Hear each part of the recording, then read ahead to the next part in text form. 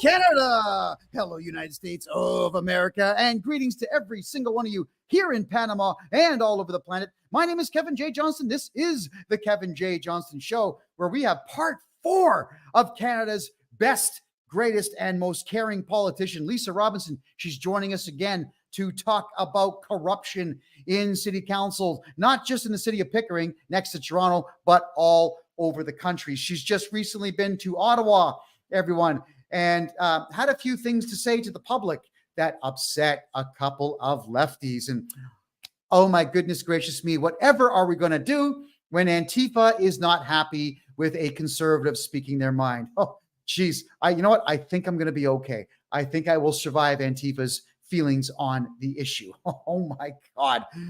Wow. All right, we're going to start off. Let's just dive right into it. This is part 4. Lisa Robinson's been on the show 3 weeks in a row. She's come under fire for it. Why? I don't know. I guess because I'm gorgeous. That has to be it. And Lisa herself is like 95% as good looking as I am. Like, she really is that beautiful. Come on. Right. And well, the chunky ladies that are on the same city council don't like her because she's pretty and they're not. And that's how petty it's become in politics in Canada. You know how they always said, just wait till you get to adult life. Things are going to be great. Everyone behaves themselves and everyone's mature and nobody calls names. And the exact opposite's true. The older people get, the worse that they get. And politics in Canada, it's like school children. But they're arguing over what? The same toothpick. Everybody wants to chew the same toothpick, and everybody thinks it's their turn right now, and they're going to insult you if they can't have the toothpick right this second. Well, too bad, and so sad, as they say. Look, let's dive into this. Lisa Robinson went to Ottawa and had this to say. I'm going to play it now. It's about 7 minutes long. Good evening, everybody. My name is Councillor Lisa Robinson from the city of Pickering. Friends, neighbors, and fellow citizens, we stand at a pivotal moment in our community's history, a moment where we must decide who we are, what we stand for, and how we will shape the future for ourselves and all generations to come.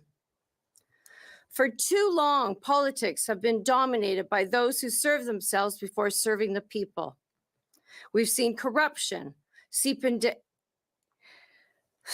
We've had corruption seep into the very fabric of our institutions, leaving too many of us feeling powerless, unheard, and disillusioned. The voices of the people, the everyday hardworking citizens who make our community thrive, have too often been drowned out by the noise of self-interest and backroom deals. But today I'm standing before you to say enough is enough. We deserve better. We deserve leaders who are willing to fight for the common good, who are guided by common sense, and who understand the struggles and the hopes of the everyday common people. I'm here today not just as a politician, but as one of you, a member of this community who knows what it's like to worry about paying the bills, finding a safe place for her child to play, and making sure that there is enough food on the table. I know the frustration of seeing our tax dollars wasted on projects that benefit a few, while our schools, hospitals, and public services have to suffer. But I also know the strength and resilience of this community. I've seen it in our neighbors helping neighbors, in our local businesses lifting up each other, and in the voices that refuse to be silenced in the face of injustice. And no matter our differences, we are united under one banner, the Canadian flag. It's supposed to be that way. A flag that represents the values we hold dear: fairness, equality, and justice for all. And it used to. It reminds us that we are stronger together, bound by a shared commitment to build a brighter future for every Canadian. I believe in a politics that puts people first, where the needs of our families, our workers, and our seniors take precedence over the interests of the powerful. And I believe in transparency, accountability, and integrity. No one else I does. believe that together we can build a government that truly serves the people. But I can't do it alone. That part's And correct. You can't. I need your help. Together, we must stand up against the corruption that has taken root in our political system. We must demand that our leaders act with honesty and fairness. We must hold them accountable when they fail us, and we must work tirelessly to ensure that our government reflects the values of our community. I promise you this. I will always stand up for what is right, even when it's difficult. I will listen to your concerns and make sure that your voices are heard. And I will fight for a future where our children can grow up in a world that is fairer, more just, and filled with opportunity. This is our moment. This is our fight. Let's stand together, united in our determination to bring about real change. Let's reject the politics of division, corruption, and cynicism. Let's build a future where we can all thrive, proud to be Canadians, and proud to stand together beneath our red and white flag. And when future generations look back on this time, let them say that we were the ones who stood up, who spoke out, who made a difference. Let them say that we are the ones who fought for a better, fair, and more just world. I want to thank you. And I want to thank you for your trust and for your support and your belief in the power of the people, because together we will create a future we all deserve, united as Canadians and as a community.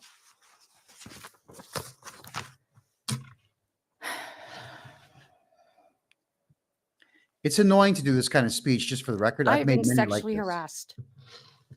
I've been threatened, psychologically abused, sanctioned financially, leaving me without the means to provide for my family. All by losers, by the way. I've been labeled as a transphobic, a homophobic, and a racist.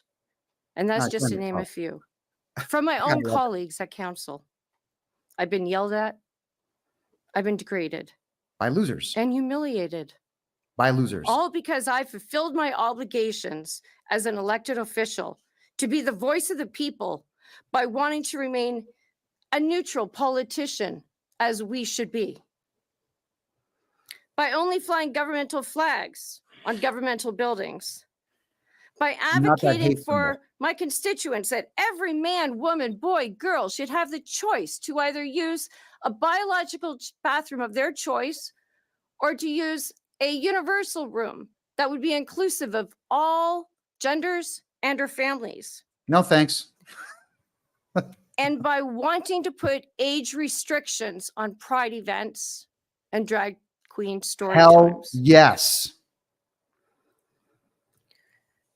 What kind of an example is this setting to silence elected officials such as myself or anybody else who wants to stand out against what is happening in today's world? No, communism. It proves my point. Because when you're silencing me, you're silencing the voice of the people. And that's absolutely true. Where is the justice? In Canada, there is none, unfortunately.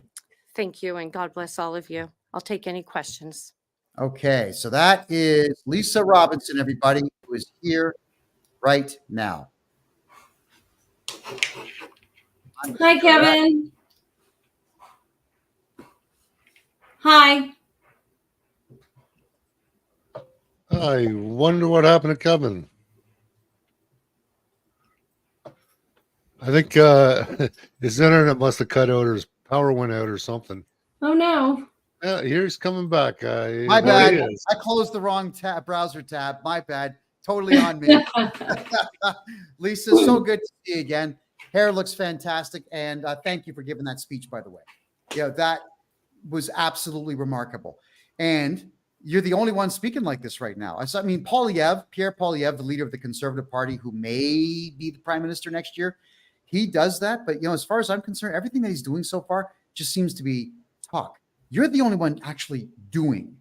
And you're paying the price for it by having your salary taken from you. You've had to get cameras on your house. and you had bodyguards, I guess, like protecting you at this event because these other left-wing nuts are nuts. All of them. They are crazy. So thank you for what you're doing. And by the way, everybody, Ed, move your face for a second. I was about to point at something. Ed, split for 1 second. See this right here? That Lisa Robinson, GiveSendGo.com, GiveSendGo.com/GB9DP. So that's Golf Bravo 9 Delta Papa. Please head over there and support Lisa, who essentially doesn't even have a salary, but is still working as a city councilor for all of you. Okay, Ed, come back in. Where is he? And now he's gone. Well, I just wanted to say to all of the other city council members, I once again invited them to come on the show. None of them replied to my email at all. Maybe they don't like me calling them what they are, cowards. And there's the other word you asked me not to use, so I won't use it until later. Because I know you can't stay for the whole show. So after you do, stick around for Kevin J. Johnston's rant. Because Kevin J. Johnston has a lot of things to say. Eddie, go ahead. What's your question there, pal, before we get into our next video? Because Lisa has a story to tell. Okay, so just so you know, I've also been threatened. I've been threatened to have my plane messed with. They published pictures. They published my home address. They tried to go after my customers and employers, previous employers. So this is nothing new. When you're on the side of the truth and you're fighting communism that's creeping into this country, and it's on all levels of government right now, you got to expect these kind of attacks. Now, these counselors, they've probably been warned, either you become a commie or we'll make life a little miserable for you. You've actually suffered that, and you're seeing it firsthand. And you got to remember one thing about the lunatics on the left. Victory at any price. They don't care. They don't care about you. They only care about lining their pockets with corrupt payoffs, rigging the system for their own benefit. So you're right in what you were saying. People got to wake up to what's going on, and that's why I'm glad that you're coming on the show to actually speak the truth with facts, and tell the stories with facts that you can back up. There's no lies. It's all true. Okay. It takes a lot of courage. I want to hear the story now. I know we've all said that. So I'm gonna stop doing the ass kissing myself because you are phenomenal. But what happened? You gave this speech. What happened right after the speech? Go. Yeah, so I was in Ottawa at at our conference that we were having there, the AMO, which is the Association of the Municipals of Ontario. And while I was there, I had decided that I wanted to go and speak at CPAC and give my speech, which I did, which is great. As you can see, I mean, it's been popular everywhere. It's got a lot of hits, and a lot of people have been reaching out to me in support. There's been tons and tons of support. Well, that happened, I guess that was on the Monday night. And then Tuesday afternoon at the AMO conference, the last part of the late afternoon was where all of the ministers for the provincial government were there, and they got up to do like a panel session. And so all of us, which would be all city councilors, mayors, there were CAOs, there were vendors there. We all gathered into, for this question and answer period, let's say, from the ministers. So they had like 4 microphones set up at different areas in the hall. And I was going to get up there. So I'm standing in line. I'm like about 8 people back. And, I was just going to go up and I was going to ask a question to Minister Calandra and ask him why was strong mayor's powers? Why could you only get strong mayor's powers if you had agreed to sign the housing pledge? Because, that's a legitimate question, right? Like, what does one have to do with the other? Because, it was only contingent on signing a housing pledge. So, there's something going on there. Hi, I'll give you these powers, but, you have to promise to do this and sign. And if you didn't sign, then you didn't get the powers, right? Something shady going on there. So I wanted to get directly from Minister Calandra, what was that all about? So I'm standing there in line waiting patiently. And the next thing you know, I hear one of my fellow councilors, Maranagi, her name gets called. And Oh, there yeah. she, Her, that one. yeah, There we go. yeah, That's Ward 2, Marinagi. Ugh. She Ugh. gets called. And then all of a sudden she starts giving this speech. And the next thing you know, I hear my name being mentioned in front of hundreds of people that are here. And I'm telling you, it was absolutely disgusting. But you know what? I felt bad. I was horrified. I was literally horrified at the time. But then the more as she started speaking and I was hearing what she was saying, I mean, I was feeling more embarrassed for her at the time.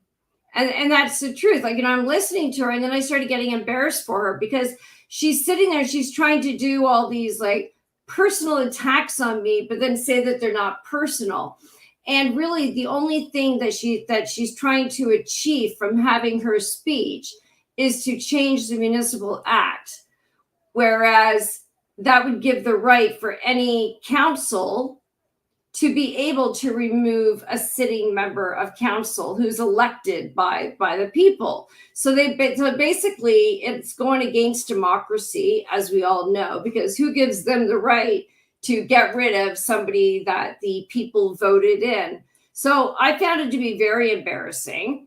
And, it really, the whole entire situation basically just amplified the toxic environment that I'm facing on a day-to-day basis with these guys, right? Where open dialogue and respectful disagreement has been replaced with just personal attacks and divisive rhetoric. Well, Lisa, and it's in my opinion, it's completely disgusting that anybody who's in a position of power does not believe in democracy. And that's a hard pill to swallow. So once I, started thinking about that, the attack on me wasn't as bad because I know that I'm in the right. And this just shows what kind of people they really are. I want to play the video because, when I was laughing all the way through it. I'm going to do my best, everyone, tonight not to lose it in the way of laughing like I did the last time we talked about this particular. With the blah, blah, blah. Oh, God. And the individual who's about to speak is this one here. The one who complained to the Canadian Broadcasting Corporation that I called her obese, which she is. That's as far as I'm going to go because Lisa's here and I'm going to be nice until, And I was laughing at the fact she was bragging about having a degree in women's studies and toilet flushing and I don't know, like gum chewing and something else, some other garbage. And she was stating it matter-of-factly like we were supposed to care and was complaining about some fields of endeavor being male-dominated, which many fields are. Blah, blah, blah. I worked in a male-dominated field. I think she said something on the lines of, well, I served coffee to men in a men's-dominated field. Whatever she said. It was ridiculous. I broke out laughing. But Lisa, what she's about to say takes the cake. This is the height of foolishness. Like this is a pinnacle of foolishness in human history here. Here she goes. Same one. Let's go. Hi, my name is Mara Nagy. I'm a counselor in Pickering, discussions for Mr. Calandra. Yesterday afternoon, Lisa Robinson, a counselor with us in Pickering, was able to hold a press conference at Parliament Hill. She used taxpayer funding to get herself to AMO and used this conference as a way to slander the rest of us on council in a press conference that was called utterly bizarre by a member of the press. This follows with 3 appearances with an upcoming 4th at her instigation on an alt-right podcast hosted by a convicted criminal who has fled the country to avoid consequences for his hate crimes. This is the latest in a string of indiscretions that our council has outlined to you, Minister. The alt-right have come into our chambers and explicitly said that Pickering is a test case. They prided themselves on trustees and councillors being elected in other provinces. Minister, despite my examples, this is not about one person. This is a provincial crisis. We are here now because no one could have imagined the egregiousness of this behavior. No one would have made this rule before because no one could imagine a politician saying the things that we are hearing. As a result of the lack of implementation, I, my mayor, my councillors, and our families are being targeted with no resolution but a very minute penalty for this aggressor. In the last year, we've been constantly living with death threats, incitement to violence, harassment, psychological trauma, and the constant fear, emotional personal toll, and exhaustion that we did not ask for and that shouldn't come with our positions. We all have a job to do, and we've been doing ours, so now we implore you to help us. This is a councillor who is disrupting our meetings, delaying business, and creating so much chaos to the point that we are unable to move forward with motions and resolutions. We have heard from developers and businesses who are concerned that housing is not being built and that businesses are afraid to come to Pickering. No, they're not. Please, let us help you. Connect with municipalities to create a powerful tool with teeth. I invite you to take me up personally on this, and I will work side by side with you to make sure that what I have experienced in the last year and a half of my term, my first term, by the way, is not something that anyone else ever has to go through again. A year has passed. Look at these losers clapping. This guy here is clapping. Wow.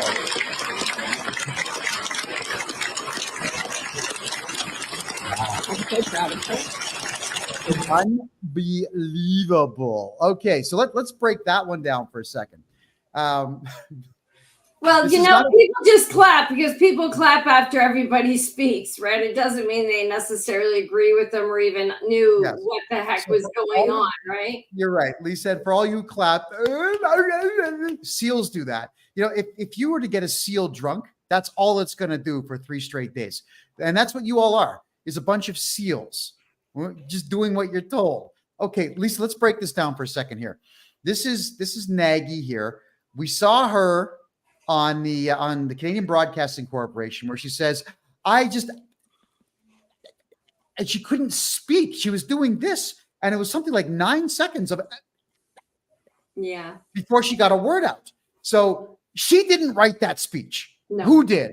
No. I'm sure it was the same person that writes the mayor's speeches. Absolutely. Who's that? Mark Ginto. Mark Ginto. Ginto. Ginto. Mark, give me a picture of him. He writes all of the mayor's speeches, actually. Does he work for the city of Pickering? Yep, he does. So the taxpayers are paying for some idiot to come in there and write left-wing rhetoric for the mayor to read? Yeah, I would probably have to say that, he does pretty much all the writing. Yeah. Wow. Okay, so this guy here, the current mayor, who was crying to this, just so everyone is clear, this is the mayor of Pickering. He complained to a 23-year-old girl at the Canadian Broadcasting Corporation because I told the truth about his rotundedness. He's not the skinniest guy in the world, and he didn't like the fact that I called him out on that. What is it with men being upset about being called fat when they're fat? I don't get it. As men, we're supposed to roll with insults. I mean, you should hear the stuff they've said about me. You gotta enjoy this stuff. But he cried to children. Kevin, and then Lisa, they're fat. That's what's going on here. So you have a professional speechwriter that the city of Pickering is using to write garbage like this. To what avail? How does that benefit the city? Please tell us, if at all. Well, I mean, I don't know. And I mean, I can't say 100% that he wrote her speech, but it sure sounds like something that he would. She didn't. Yeah. Was anything that she said actually, is she a she, or is she a he, or he, she, or no, her pronouns, she wears her pronouns proudly on her, of all of her emails and that. She's a she, her, as far as I'm aware of. Yeah. So she, her. Okay. So yeah. But misgendering. Anyways, was there anything she said that was actually could be backed up and found out that any of it was true, or is it all made up? Well, it was all made up except for maybe the first line that says that we were there that I made my way out there on taxpayers' money. But I guess she failed to mention that so did her and the mayor and all the other councillors and pretty much everybody in the entire room, whether you were an MPP, a mayor, or a city councillor. We were all there on taxpayers' money. So, to single it out and to say that I made my way there on taxpayers' money so I could go speak at Parliament Hill, I mean, that's kind of funny, right? Did you drive? Pardon? Did you drive there? Did I drive? No, I actually took a train for the first time, and I got to say, Via Rail was incredible. I'd never been on Okay. a train before, so yeah. The vast majority of those mayors that were there would have flown there. So you took a train as opposed to flying. Yeah, they would have flown there for the most part. Most of the MPPs did get there because a lot of them did end up arriving late because of the situation with the trains. There were a lot of delayed flights and everything else. So, yeah, but no, I took a train there. I mean, and it was that was my first trip that I ever took. I guess we're going to say on taxpayers' money to go to a conference that I'm really, really glad that I went to because it really opened up my eyes a lot. So, Okay, And so when- Ed, hold on. I gotta go through this. I really do because I crashed one of these, Mayor. And don't worry, Ed, your question's coming up. I crashed one of these. Michael McCormick and I crashed one of these mayor's parties in Ottawa, where they had lobster and they had a chocolate fondue fountain and they had every gourmet food known to man. Yeah, we stuffed up. We filled our plates and just ate whatever we wanted. And we were being asked by some of the mayors there. So who are you gentlemen? Oh, we're the guys documenting everything. Yeah, we lied. And eventually they figured out who I was and they stopped talking to me, but not until they divulged all kinds of secrets about what this meeting was. And it was a social gathering for all the mayors across the country to go to Ottawa and eat lobster. Seemingly that's all they were doing. Now, what's your take on it? And then Ed, you ask your question, please.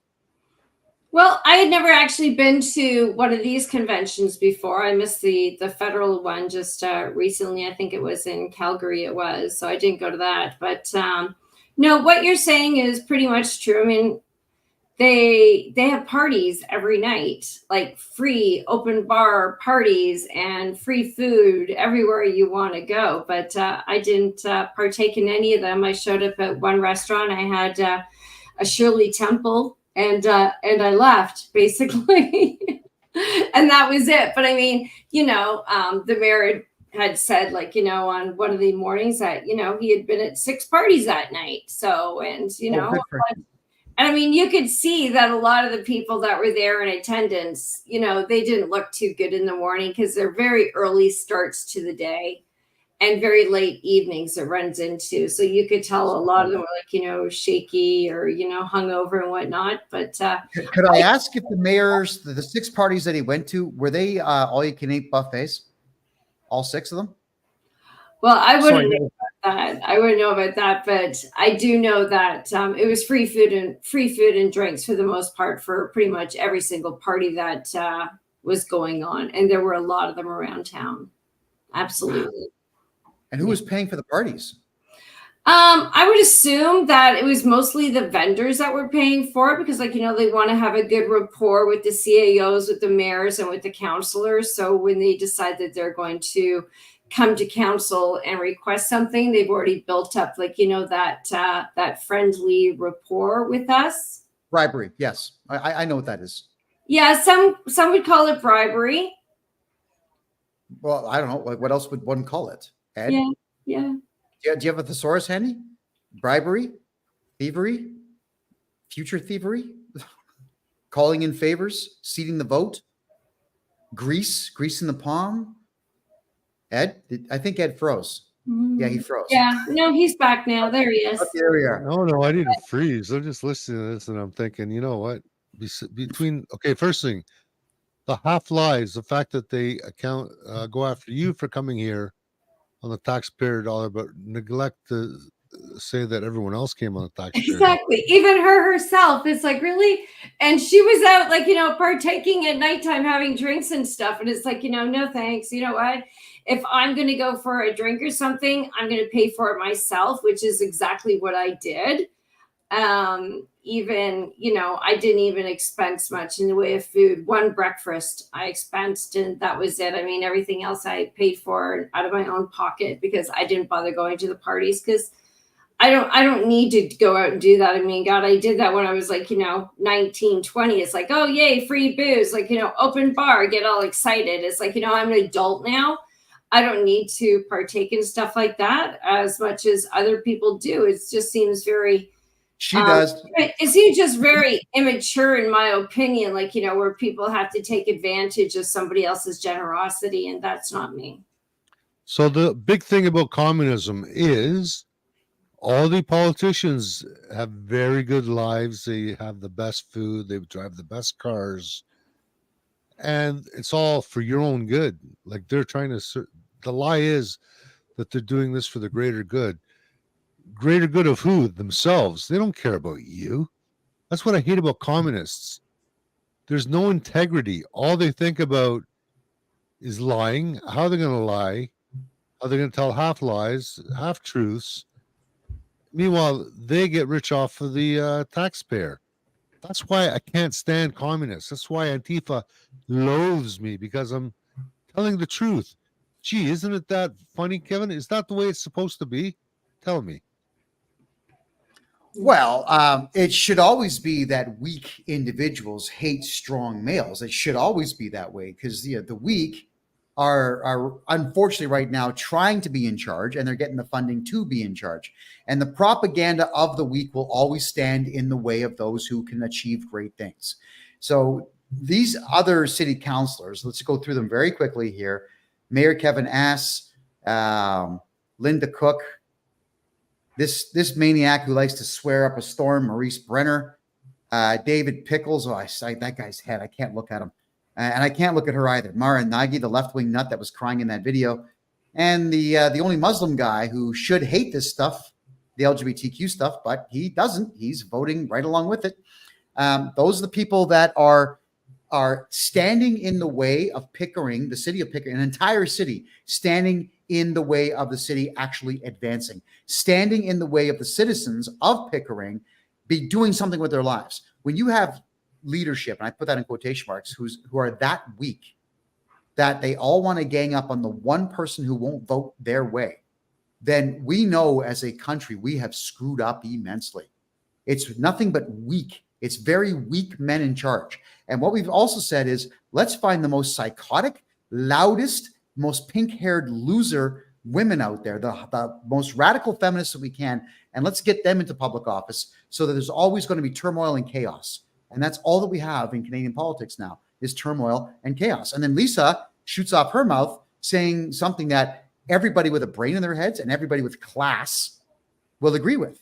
And the lefties, their minds explode. So Lisa, have they actually, when they're attacking you, and here's the question, and you get the microphone now for 5 minutes, you just go ahead and talk.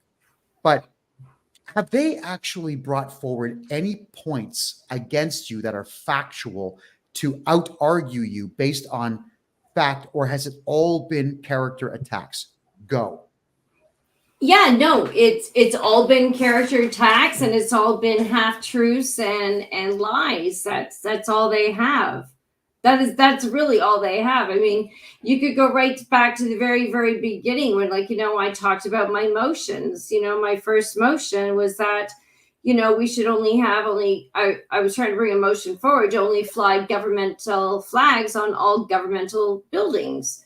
And of course, their lie to the integrity commissioner was that they actually said in their lie that I was transphobic and homophobic because I wanted to get rid of the pride flag. Nowhere in my motion did I even mention the pride flag. It was all flags. And see, that's the thing, is like, based on the 2015 Supreme Court law decision, is that, we as governments need to remain in a state of neutrality.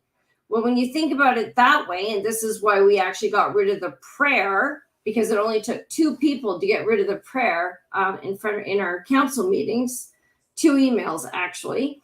You would have thought that, flying all these different flags and creating a hierarchy is also not being neutral as a government.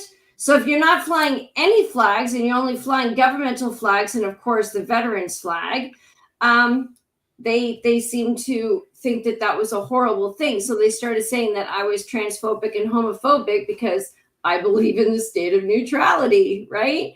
So that was a big lie that they said right there. And of course, the integrity commissioner still found that I had values or traits that were homophobic and transphobic, even though it was something that I never even said. Kind of like how they're going after me now for stuff that you're saying. And because I sit here and I smile because I am on camera, or because I nod pleasantly, that all of a sudden it's me speaking these words, which clearly it is not, because I mean, I've already condemned you for, well, you know, what I thought that some of the things that you said. And of course, they still say that I said it. So it's just another lie. The same with the bathrooms. Like, you know, I said every man, woman, boy, girl should have the right to either choose between using a biological bathroom or the choice, if they didn't want to use that, then they could use the universal change room, which is inclusive of all genders and or families. And that's exactly how I worded that part. And of course, in the Integrity Commissioner report, they said that I said that I wanted to get rid of the universal change room. And again, you know what? I'm transphobic and I'm homophobic. Again, that was just another lie. And then, you know, with the putting the age restrictions on the Pride events, on the drag queen story time, again, I'm transphobic and I'm homophobic because I don't believe that children should be subjected to nudity in our streets, or, you know, people dressed up with like dog collars on and like, you know, half naked, barking like dogs down the middle of the street while people whip them. You know, I'm sorry, that's not something that children should be privy to. I mean, that's what if they want to do that, like, you know, in their actual bars at night where, like, you know, you have to be over a certain age to get in. I mean, all the power to you. I mean, I've been to drag shows before and I've had some of my best nights watching drag shows, because that's what it is lewd adult entertainment, right? And that's what it is. But of course, like, you know, you go on with those lies, and you know, it's not the first time they've told lies about many things. You know, they had put up Christmas trees. Like, for example, I'm going to go into this one. They were put up Christmas trees in a recreation complex last year. And then somebody said, no, you got to take those down because we're not doing that this year. And so they started taking them down. But then I guess a lot of people had seen them up and they were like now getting upset with the city of Pickering and saying, like, you know, why are they taking down the trees? And they said, oh, you know what? It was just a mistake that they were taking it down, which again was a lie, because, like, you know, I have the emails to prove that they were not supposed to go up in the first place. They weren't going to celebrate Christmas in that respect, like, you know, with Christmas trees, let's say.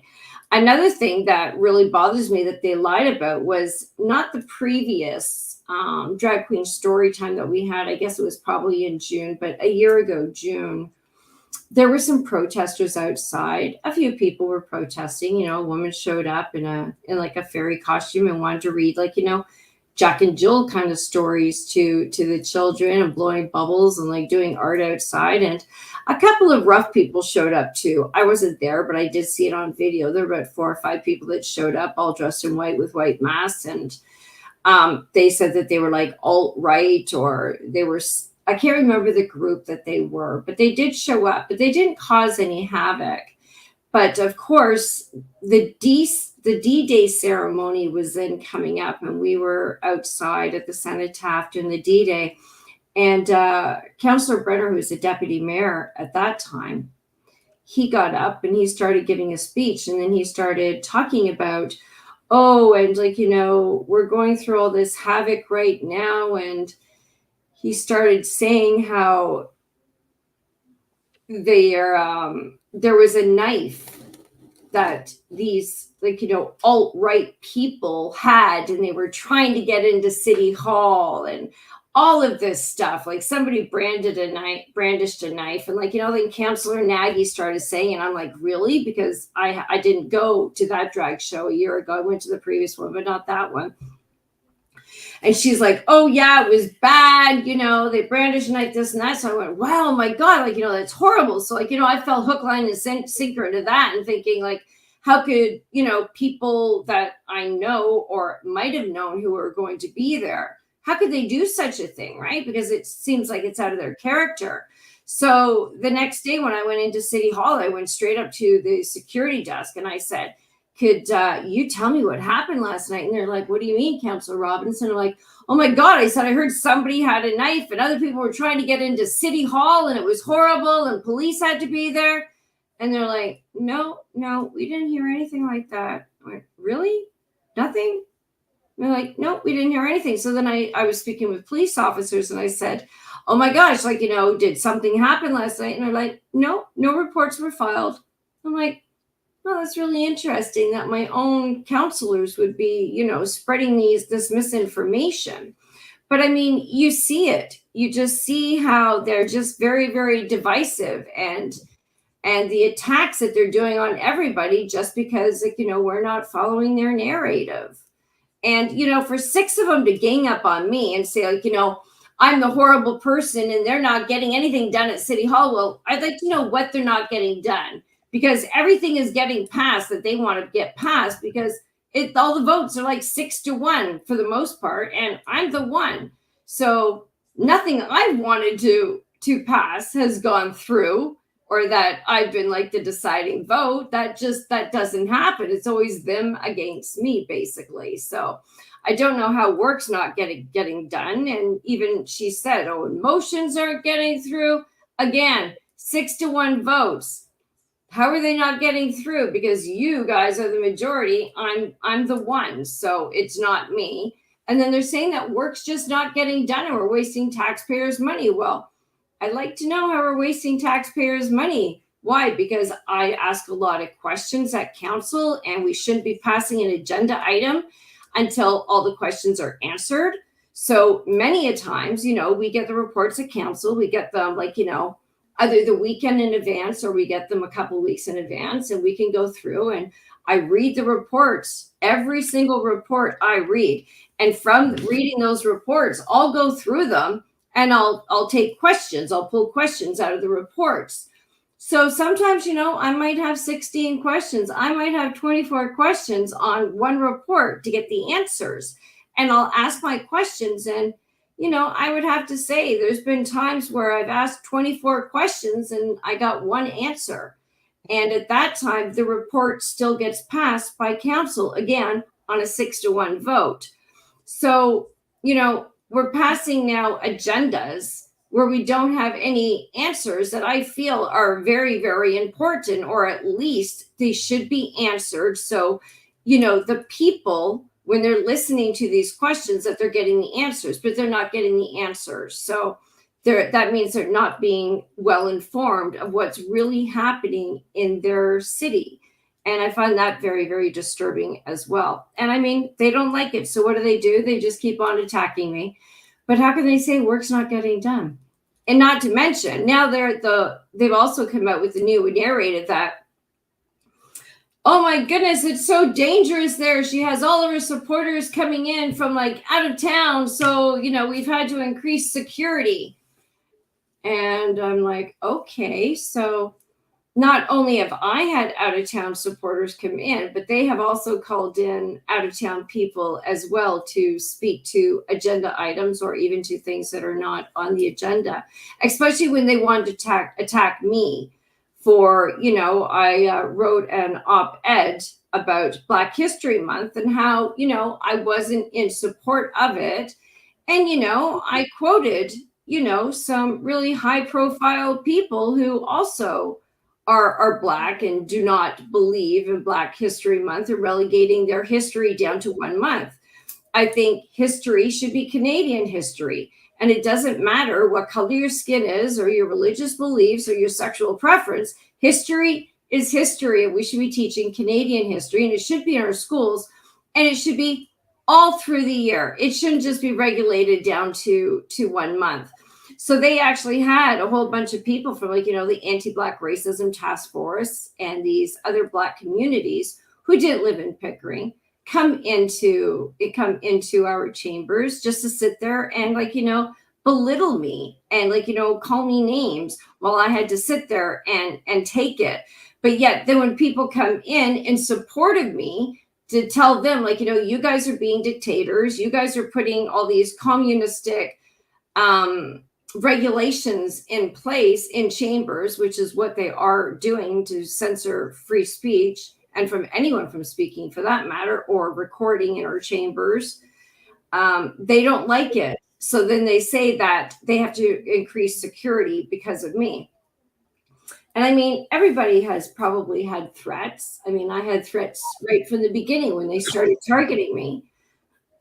And, even the mayor, he was like, when they decided that they were going to put some plexiglass in and move some of the directors who had their backs to the people, they don't want to have the backs to the people anymore. So they put plexiglass in between the people in the back of the directors.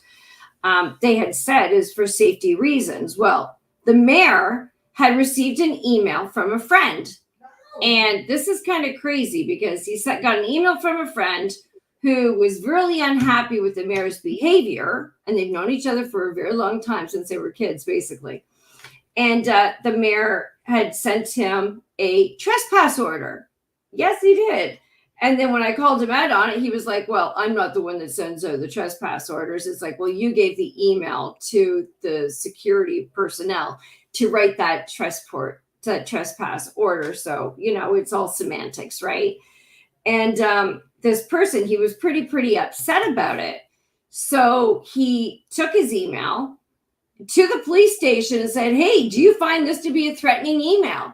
And the police were like, no, this is not threatening. So, it's just the lies. It's just like, people that just embellish, and then they embellish and they embellish and they just don't stop. And then, you get a couple of, I'm going to call them alt-left supporters, because they keep on saying all my supporters are alt-right. I don't like to call people names. And if you look on any of my social media posts, I don't call people transphobic, homophobic, racist, Nazis, losers, lunatics. I don't do anything like that. So today will be the first time I'm going to say the alt-left, because I'm pretty much, what can I do anymore? And then I have these people sitting there attacking me and attacking everyone who they think might be a supporter of mine. And the thing is like, they say that they call it a bad thing if somebody's a supporter of Councillor Robinson. And the fact of the matter is, they don't know if these people are my supporters or not. A lot of these people just don't like the narrative that they're pushing. They don't like this agenda that they're putting in place. But just because of that, they're going to sit there and start calling them names.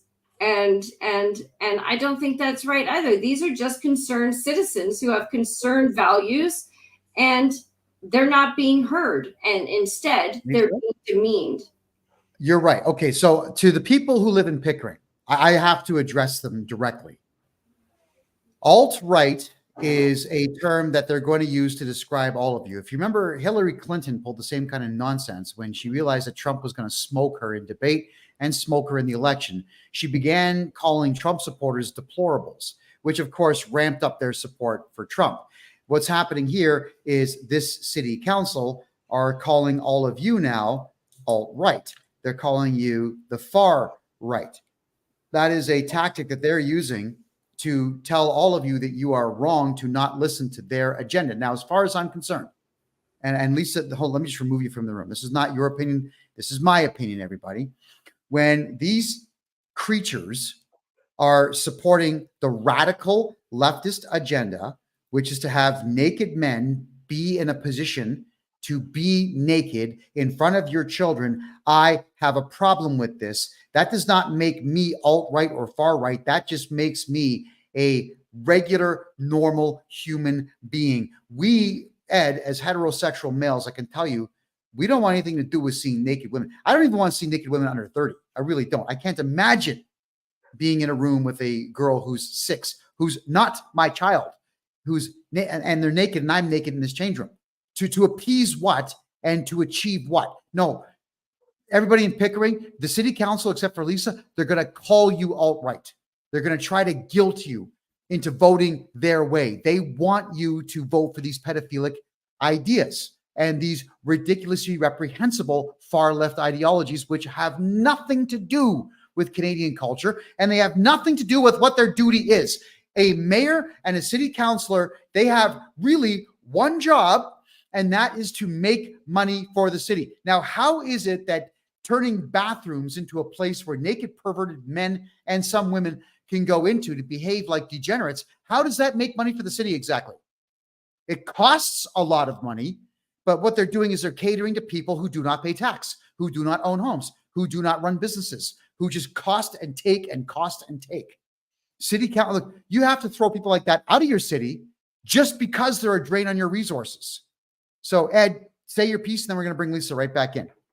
You know, I want to give the city council the benefit of the doubt. Maybe they're not far left lunatics. Huh? Well, Huh?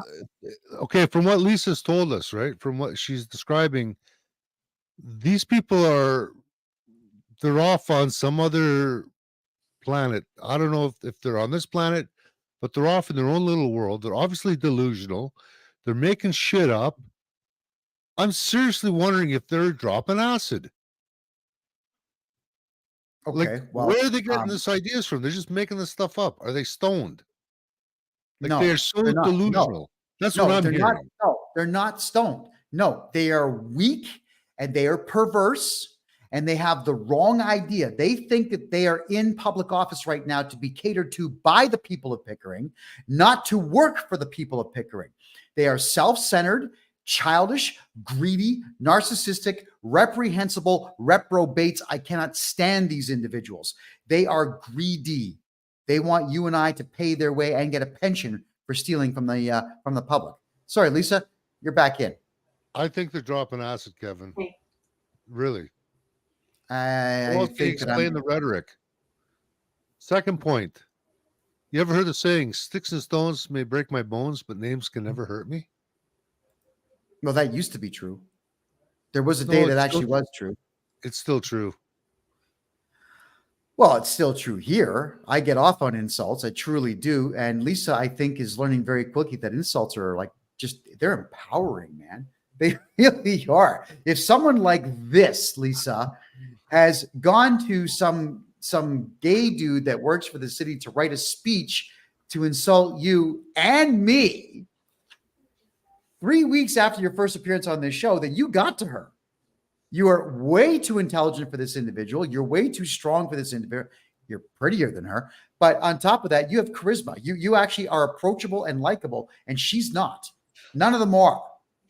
And that is why they try to silence you, is that they just have absolutely no idea how to get their ideas across. So all they're using is threats and insults. And that's all they're doing. One more point, if I may. Can I? If you look at the caliber of the mayor and these councillors, this with Lisa being the exception, guys, any of us could run for office, do some door knocking. It's not even competition as far as I'm concerned. Get yourself in a public office. Okay, Lisa, you're up. Oh no, it's okay. Just I was going to go somewhere with that, but it's over now.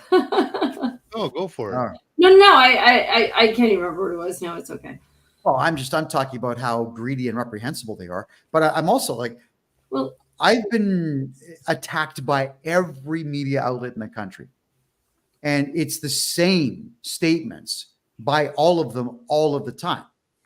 They don't change it up. It's not like there's some creative wordplay that they use. It's racist mayoral candidate Kevin J. Johnston, homophobic, transphobic, Islamophobic.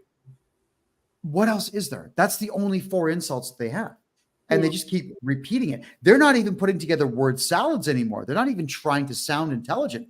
It's just an accusation and a complaint and nothing else. yeah, it's a rinse and repeat without facts is what it is, really. Yeah, absolutely. And you know what? I've actually spoken to a couple of media outlets, and, with the fact that, the sexual abuse, the psychological abuse, that I have been going through. And the fact that, one of our counselors said that he wants to decapitate the mayor. Well, he said decapitate the mother blanker. And, they're like, well, I'll take this to, my editor, and they'll come back to me and they'll say, yeah, you know what? My editor he doesn't want to deal with that right now. Right? Because of who these people are, right? Because they don't want to go against them. And that's pretty sad too, is because journalism just really isn't there anymore. I mean, we have a couple of journalists. There's one here at the Central newspaper. He prints I'll do an op-ed in there every single week for the most part. And the Central newspaper and he's amazing. You know, he'll actually publish it, and I mean, he's getting a lot of flack too for, you know, speaking, for allowing me to have a space where I can actually speak and put my, you know, thoughts down on paper and whatever. And people started attacking him, but like, you know, I'm very, very grateful for him. And, you know, there's been a couple of other media outlets that post a lot of my stuff as well. But some of them, you know what, they won't even touch it because they don't want to be truthful. You know, the Toronto Star here, you know, everything that they have to say was completely wrong. And I mean, I've stopped giving one-on-one interviews because I know what they do. They'll take little bits and pieces out of it and just post what they want to with like a completely different question. So now it's like I type things out and I send them my responses and I ask them to use them in their entirety. And then I'll get a response back saying that they can't use them in their entirety. And I say, okay, but you will use it word for the parts that you are using for the questions that you have asked of me. And so that's the only way that now I've started getting my voice, actually the truth being heard in some of these newspaper outlets who are not like, you know, Druthers or the Oshawa Central newspaper. So, yeah. Well, you're also coming on this show, which you know that I'm not going to censor in any way. You know that I'm not going to take anything you say out of context. No. And we take I'm the show. talking of newspaper print, not your podcast. I get it. Yeah. I totally get it. But what I was going to say about the newspaper print is that they are watching the show. Mm-hmm. They are watching the Kevin J. Johnston show just to find things to complain about. That's what they do. They want to be made angry. You know, I think it's true. Nicole Blackman said, we are all addicted to things that we hate. And the left wing hates us, but they can't help but watch us. So I want to say thank you to the Canadian Broadcasting Corporation for national coverage of the Kevin J. Johnston show, which they haven't done for a couple of years. No, thank you. I also did record the interview that I had with the little 23-year-old crybaby from CBC who interviewed me for about 45 minutes. Nothing I said made the article. Nothing. So I got to pull it off my phone and I got to get it up. Now the quality's bad, folks, but don't worry. You'll see the gist of what I'm saying here. Lisa, you got to get off on this stuff. You just have to enjoy it. Everybody who runs the media, especially at the CBC and CTV, they're not journalists. They're all far left or alt-left activists. Yeah. And I think the people of Pickering have caught on to that. I think a lot of Canadians have caught on to the fact that the government are all left-wing freaks and that the left-wing media are even more so. How many times can I remind Canadians that the first thing that Justin Trudeau did in Canada was legalize bestiality? Like, was that not an indication to Canadians that things were going to start to go downhill? And he lowered the age of anal sex. Yeah, dropping the age. He dropped the age of anal sex as well. Sorry for cutting you off, but he did. Yeah. No, it's okay. I mean, if we were to ask any of these people that currently hold public office in the city of Pickering what they think about Justin Trudeau legalizing bestiality, what do you think their answers would be? You know, like, I just have this feeling that Kevin Nash should be running. Like, really? I didn't know that. And the fly would be undone instantly. That's what I think of these people. This is what they are portraying to all of us. I view them as disgusting creatures of the night. I do not view them as human beings at all, which is why their opinions of me mean nothing. Truly mean nothing. And I'm hoping that their opinions mean nothing to you as well, Lisa, because you're the boss. You are the one that's truthful and honest, and they don't like it because they can't argue it. Ed, what's up? No, I got a bunch of statements and questions. And well, let's just kick around some ideas here if we could. You mentioned that the meetings you were at this week, earlier this week, were from in Ottawa. It was the AMO, which is the Association of Municipalities of Ontario, which was formerly ICLEI. So I'm sure you've heard of that. Now, I don't know if it's true or not, but they claim to not be government. So why? But they are an association, correct? They're an association. They're not elected officials, but they are a non-for-profit, I believe, association.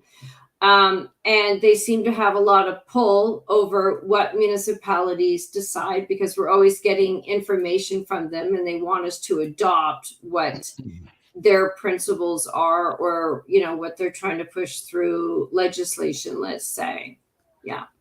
Now, I don't know where they're getting their money from, but from what I'm hearing, I could assume that they are a worldwide not for profit, and they are writing and controlling Ontario's municipalities. Is that what you're saying, or is that, am I getting the right idea here, or what?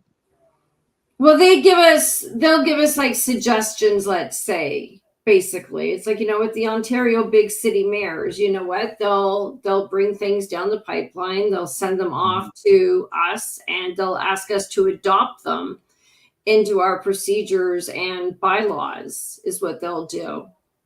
I have one question, Lisa, like before we continue. In this photograph here, this is Nagy. This is the one that gave that speech, Mara Nagy, city councilor.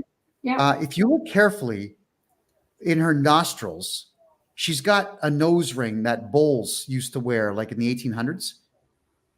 Does she still wear that now when she's in council? Yeah, both her and Linda do. I think if you go back to Linda's picture, you'll see she also has one. Her? She wearing it there? She might not be wearing it there, but no, they both wear earrings. Oh my God. Yeah. My God. No, what the hell is going on? You know, women used to dress like ladies. Women used to behave like ladies. Look at her. She goes to speak to the CBC about you and me, and she's wearing some disgusting outfit. She's not fit enough to wear an outfit like that. That's number one. But number two, she has a bull ring stuck here in her nose. What the hell have we become? That is not leadership. Leaders don't dress like this. You know, Lisa, I got to say something here. This is something that I'm going to bring up now, because there's a lot of people. No, you can listen. Oh, you can listen. I get criticized a lot, mostly by women, when I point out that there are select women and people out there in general who are morbidly obese and don't look the part of leadership. Now, they're saying, well, why do you got to be mean? Why do you got to pick on picking on your appearance? It's because, everyone, when you've got someone who doesn't care enough about themselves to keep themselves at least, I don't know, my size or smaller, that's a problem. When someone has zero self-respect, they cannot be a leader. They can't. So Kevin asks, let's go to him for a quick second here. This guy is so out of shape that he is unable to even keep his eyelids open. Look, watch the interview when he was complaining about me and Lisa here. He couldn't keep his eyelids open. He couldn't keep his head up. He is so out of shape that he can't present. He's like, that's not what leaders do. Thanks for making my argument. He's on acid. Could be. Well, or he's just so laden with sugar. I mean, maybe 50% of his blood is sugar. I'm just trying to make the point here that if you're going to be standing up on pedestals wearing suits and ties, you got to at least look good in the suit and tie, because the average person will be looking up to leaders for some type of inspiration to be better themselves. But our leaders look like this and like this, or, you know, worse, they dress like this with rings in their noses. This is gross. No, we need to have a sense of shame in our society. And this person here has none. She is very eager to brag to the world about how ridiculous she is as a person. I'm not going to say woman, because she's not. As a person, she wants us to know, I like the idea of naked men in front of children. I despise the Canadian way of doing things. I cannot beat Lisa here in a debate, so I want you to put a new law in place to remove her from office because she's prettier than me. That is what we have going on here. So I'm going to be very critical of those who are morbidly obese in these positions. It's the wrong message to send. You know, you're right. I mean, I don't know what her thoughts and feelings are about my looks or whatnot, but I can tell you, you know what, there's some people out there that, you know, do not support me. And the first thing they do is they sit there and they criticize my appearance. Like, there was somebody like on Canada Day who said that, oh my God, I don't like Councillor Robinson. I mean, look at her. She looks like she just walked out of Hollywood and like she's afraid to get dirty. Really? Because I show up and I present myself I get that all the time, Lisa. Oh my God, it's so beautiful. Oh goodness gracious me. Right, but it's like, it's you don't like me because of my looks, and then you get other people, oh my god, her voice is so nauseating, and this is the way that they talk, right? And it's kind of like, oh, okay, well, whatever, what is that? There's our good friend Stefanos Karatopoulos. We miss dude, I miss you on the show, man. I miss having you on the show. But he's saying no, not a suggestion. The MOU they have with the province and the federal government forced the province to take orders from the AMO. Oh boy. MOU is a memorandum of understanding. Now the province and federal government are paying these guys. They're paying this NGO to I don't know how they're going to coerce you guys, but I'm sure there's meetings that are being held. Maybe some money is trading hands. Maybe some bottles of scotch are shifting around, flight tickets, game tickets. This is how these guys operate. Well, you know what? There are a lot of game tickets and stuff like that do go around, and you know what? There's a lot of tricks with that too. So if they're not, when you have to file a statement of disclosure, if you're taking the tickets yourself, then you have to claim them. But there's nothing saying that they can't give you the tickets and you pass it off to a family member. Mm-hmm. Right? So all of a sudden you see family members taking cruises constantly or going on trips or going to these games and stuff like that. And you're wondering, how do they pay to do that? Right? It's like, on their salary. And then, you start seeing what is really, really happening, or the free golf games, Mm-hmm. Yes. Mitch is asking why Stefanos has not been on the show lately. It's because Mitch, he refused to wear the yellow bikini that I like seeing him in. As a result, until he chooses to do so, he's fired. Okay, so that's what's going on.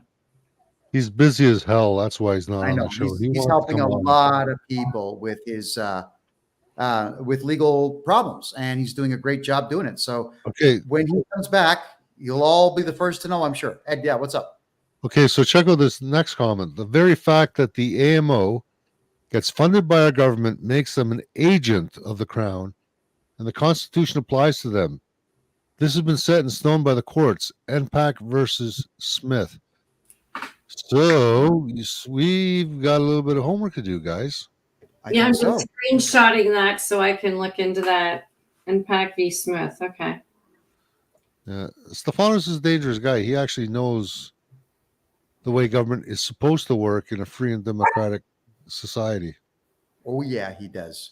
Now, this is why the left can't stand him, because he knows how it's supposed to work. And if we do things properly, the left is, what are they going to do besides cry and drop acid?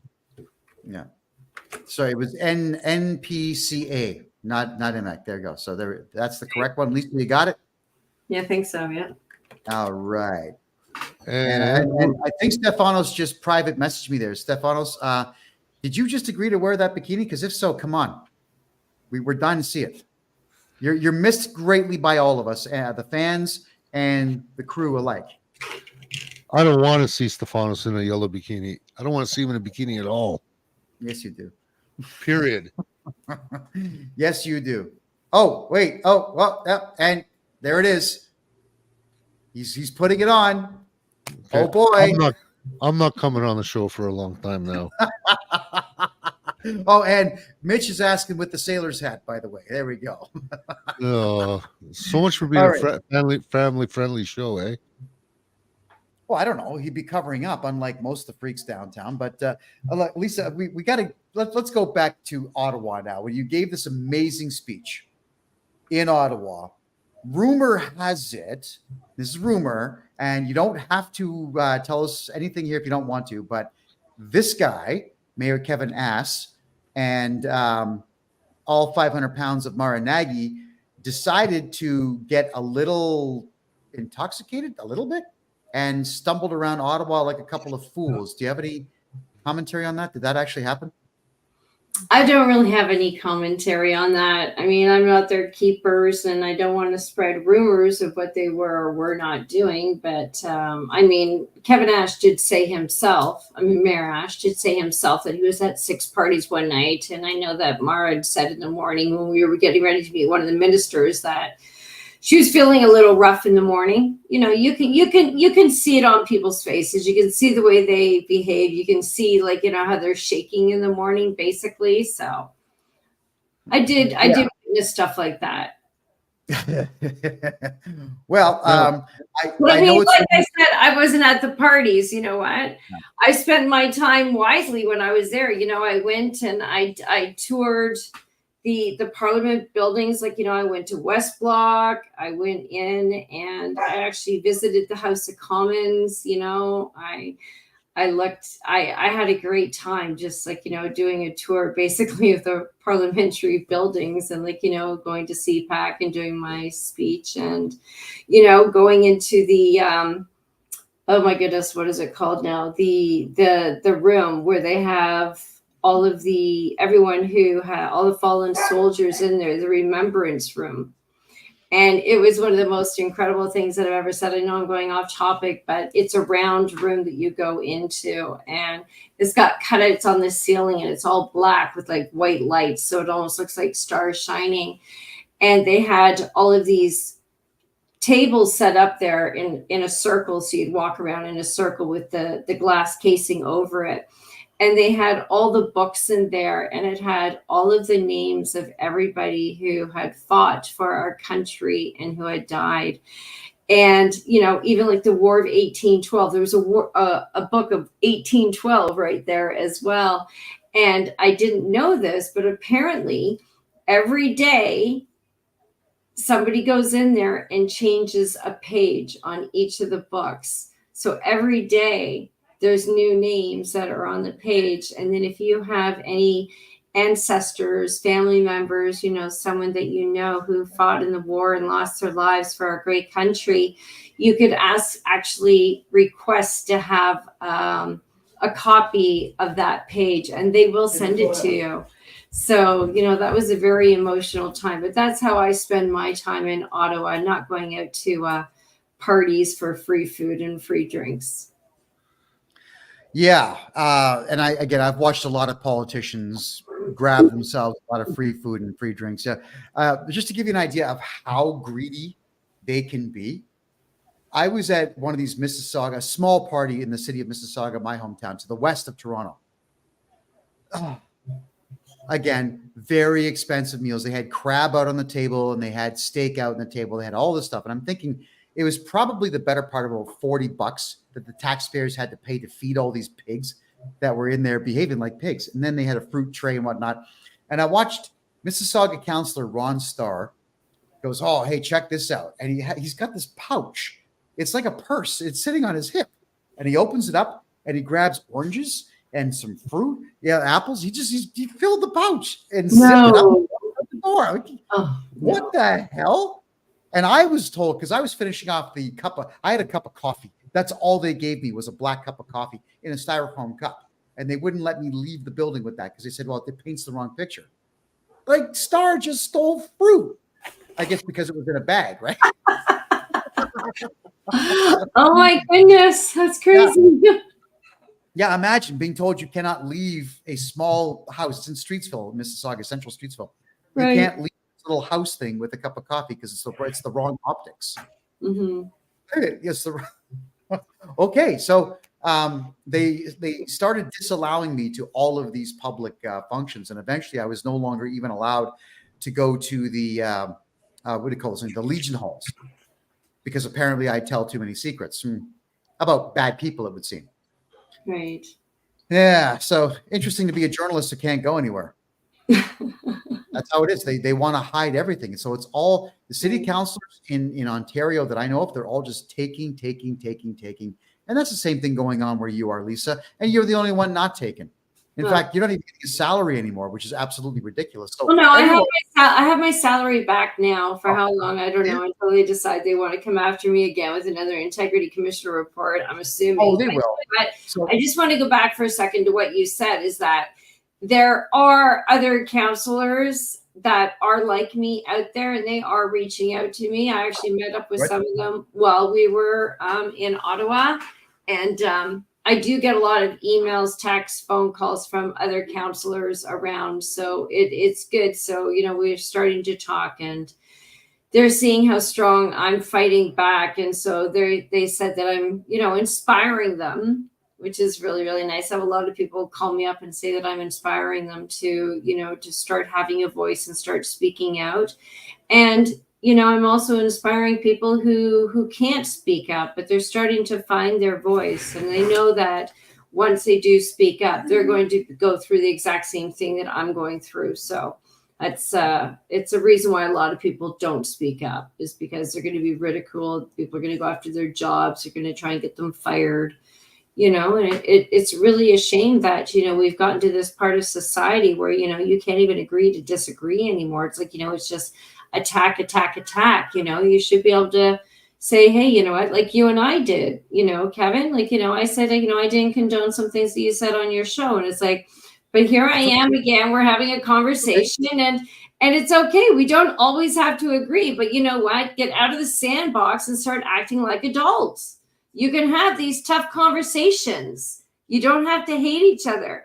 And, it's even, I'm going to say what's kind of funny, but it's not funny. It's actually really, really sad, is that when somebody doesn't like you, or, if they've done you wrong, they no longer want to have a conversation with you.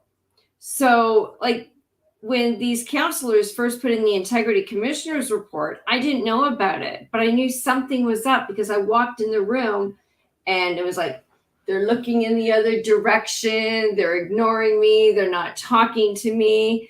And, that's a sign. It's like, if you owe somebody money and you can't afford to pay them back, what do most people do? What's human nature is either to get into an argument with them so you don't have to pay them back, or you ignore them. Right.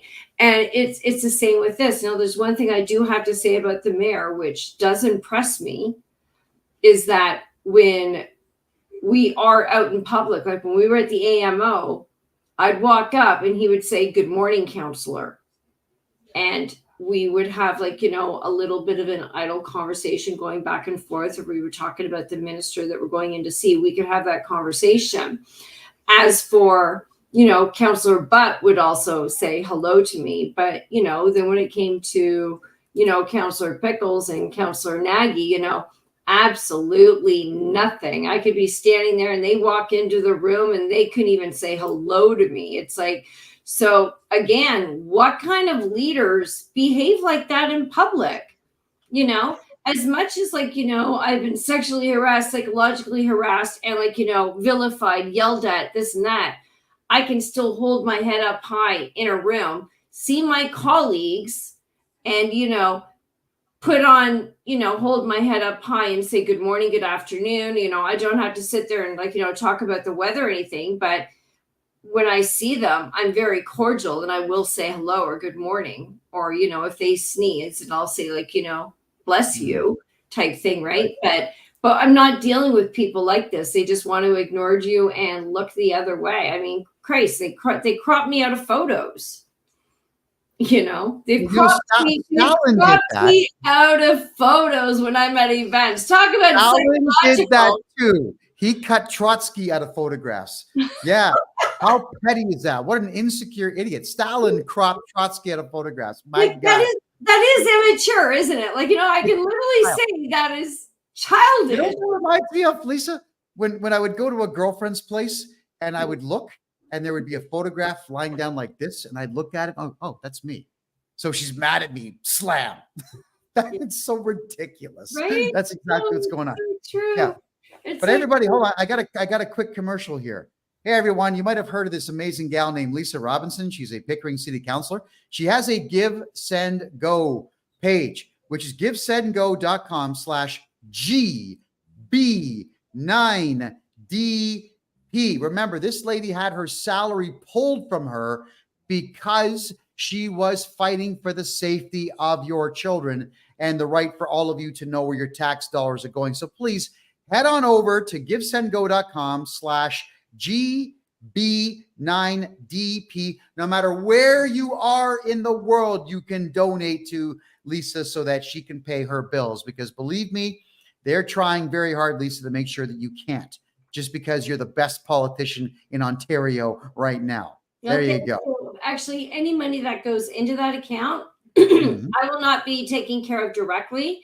It's actually going to my lawyer bills, because I am in the middle of a judicial review, and it's going to cost quite a bit in lawyers' fees to get my $15,000 of the salary that I lost back, and then some.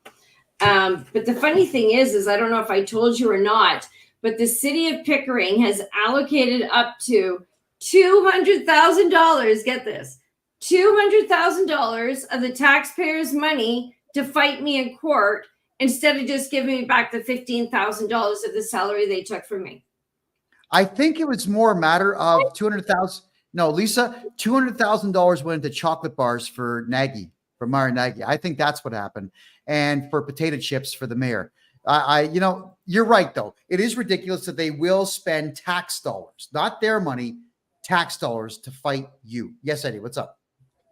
$200,000. Insane. Maybe the price of acid's gotten really expensive, which is why they got to add that money to the budget. Okay, you gotta get off this acid stuff, Eddie. Lisa, Yes. Bonnie Crombie, Mississauga Mayor Bonnie Crombie, Yep. when she was mayor, spent $2 million of taxpayers' money just to piss me off. Yeah, that's how much she spent to hurt me. Private investigators, thugs, overtime for staff to go and steal my signs and make a mess of my property. Yeah, like the city of Mississauga, I caught them doing it. They would bring garbage and throw garbage from their truck onto my property, not remove it from the property. Bonnie Crombie spent a lot of money because I made her look stupid in one debate. Yeah. Man, now I made her look really stupid, but it doesn't. She does that on her own. I'm just trying to get that you are like, welcome to the club. But why are the taxpayers out there not enraged by this? They should be. Enraged. Enraged. It should be like, just give her back her damn money and save our money. Like, why are they doing this? And, they're not just using let's say, I'm not going to diss paralegals because, I have my paralegal license, but why are they using these high-end law firms to go against little old me, right? And spending up to $200,000. Even if you wanted to fight me, if it was just a case of to be a jerk or whatever it is, why are you hiring the best of the best? Why do you need to do that for this? You don't need to.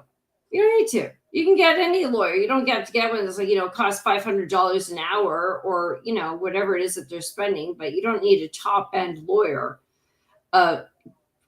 I'm sure if they were doing it, if it was their own personal money, do you think any one of these guys would be spending up to $200,000 if it was their money and they were fighting me for $15,000? They wouldn't spend a dime about it. They would just cry. Like, here's your $15,000, Lisa, or they wouldn't have done it in the first place, right? They wouldn't do it. But because it's not their money, they're doing it. Of course. But who's the lawyer that they hired? Off the top of my head, I cannot remember because my lawyer's taking care of that. Could you send that to me? Because I'd like to see how many complaints they've had to the Law Society. I'd like to do some research into who that lawyer is. I'll tell you why, Lisa. It's because I hate lawyers. But here's something to remember. I always look at every single human being out there as what is their value should all of society collapse. Electricity's out, water pumps are out, flush toilets don't work, no electricity. What value does a person have? Like car mechanics, way through the roof. Doctors, way through the roof. Electricians, like anybody who can get a generator moving on running water, all valuable. But what would a lawyer bring to the table? Mm-hmm. Nothing. Then nothing. Lawyers have nothing to offer the world at all, except for playing games in the silly little sandbox, which is the court system. That's why I despise lawyers. They serve no purpose at all. Ed, go ahead. How about flat roofers? I think a flat roofer would be quite useful in a decaying society. Thank you.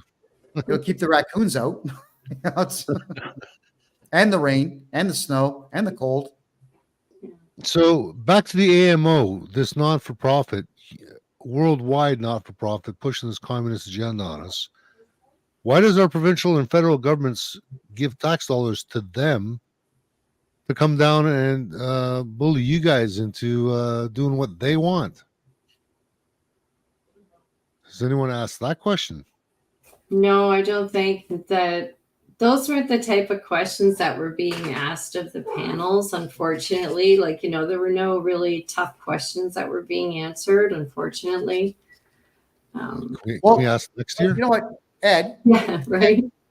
Remember we talked about this. For some reason in Canada, nobody asks tough questions. So I want to maybe step back a bit here. When Andrew Scheer was just newly appointed the leader of the Conservative Party, he always had this goofy look on his face. He looked like a goof all the time. So when he's being interviewed at a private golf club in the city of Oakville, Ontario. And you can hear like people are clinging plates and whatnot. They had all you could eat chicken cacciatore. Okay, cool. Thank you for the meal. Now they're saying, well, we should sit down here and get to know the next prime minister. We're going to have some rapid fire questions here. What do you prefer, Coke or Pepsi? McDonald's or Tim Hortons? Yeah, Star Wars or Star Trek? This is literally what he was being asked. Yeah. Not what's your economic policy for the future? What are you going to do about unfettered immigration? What are you going to do about the Royal Canadian Mounted Police and their corruption? Will you stop the Royal Canadian Mounted Police from kidnapping children in British Columbia and driving them to Prince Rupert where they get shipped to China to be sold as sex slaves? Will you stop these things? None of that. Star Wars, Star Trek, coffee, food. That's what they were talking about. Pathetic. Canada, reap what you sow. Really, reap what you sow. When you behave that foolishly, this is what you get. You're not holding anyone to account because you're not even holding yourselves to account. How dare you? How dare you have potentially the next prime minister in your grasp in front of 1,000 people and ask questions about coffee and Star Trek? Yeah. Like Canada is the most immature country in the world, it seems. Did he have Everybody wants nice to hair? ask these questions. Huh? Did he have nice hair? No, he looked like a goof. No, he's not attractive in any way. I mean, no, the ladies didn't even like him. A lot of politicians who elevate to leadership roles have chicks fawning over them. Nobody was fawning over this guy. Nobody. And what was the other one? Aaron O'Toole, even worse. He watched women run. So, Yeah. no sex appeal, no charisma, no nothing. I got a question we could have asked him. Finish your rant. At the AMO, why is a foreign not-for-profit or charity shaping our democracy in municipalities when clearly our democracy and constitutional rights being stripped from us by denying people to speak at council meetings and silencing councillors who represent the people because groups like Antifa and Communist Party and the 3R party groups got them elected and to push their own views? You want me to say that one again? Maybe we should ask that one of the mayor at your next council meeting. Mm-hmm. Yeah, if we follow the rules of the way Canadians do things, we'll be asking the mayor, do you prefer McDonald's or Wendy's? Like that's the kind of questions he's going to get. He'll probably say both and then realize, I'm hungry, and go buy 12 burgers from each place. I'm getting at, guys, we the people are not holding our politicians to account at all. You got to stop asking soft questions. You got to raise your voice and go to a stricter tone when they decide that they want to try to shut you down. If they're not going to talk to you in city council chambers, go to their homes, ring the doorbell. And if you're looking for a legal way to ring the mayor's doorbell, then just notarize a letter that is a legal warning of some type and stand on his front porch and ring the bell all night. That's legal. I used to do that as a process server. I would go to people's houses, especially people that work for the city of Mississauga. When bylaw officers would get on my nerves, Lisa, I would find where they lived and go ring their doorbells from 1 o'clock in the morning onward until they would take the piece of paper I wanted to serve them.